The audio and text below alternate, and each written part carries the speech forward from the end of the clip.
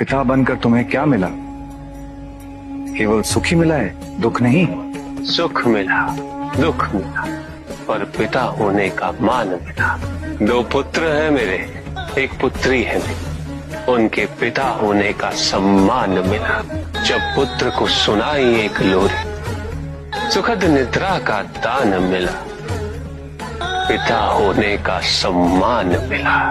जब अपने पुत्र को गले लगाया, जिससे था वंचित वो भान मिला।